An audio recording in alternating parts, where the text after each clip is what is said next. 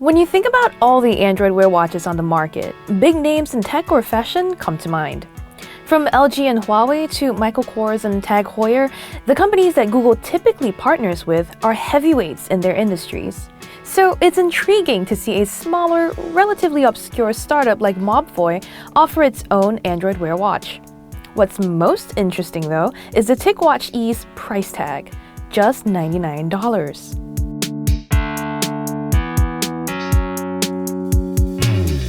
Of course, that's only if you buy the Ticwatch E on the company's Kickstarter project before it officially retails.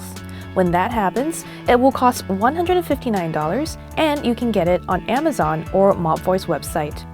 A higher-end version called the Ticwatch S will cost $119 on Kickstarter and $199 at retail. For those prices, you're getting a bright, round 1.4-inch screen with a 400 by 400 resolution, a heart rate monitor, and a GPS sensor.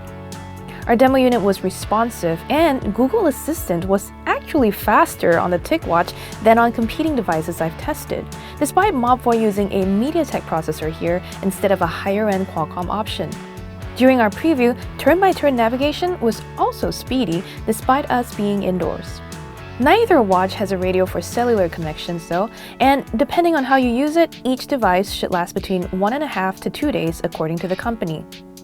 The S model has 22mm bands that you can swap out, but the E model doesn't since its GPS antenna is built into the curve of the strap.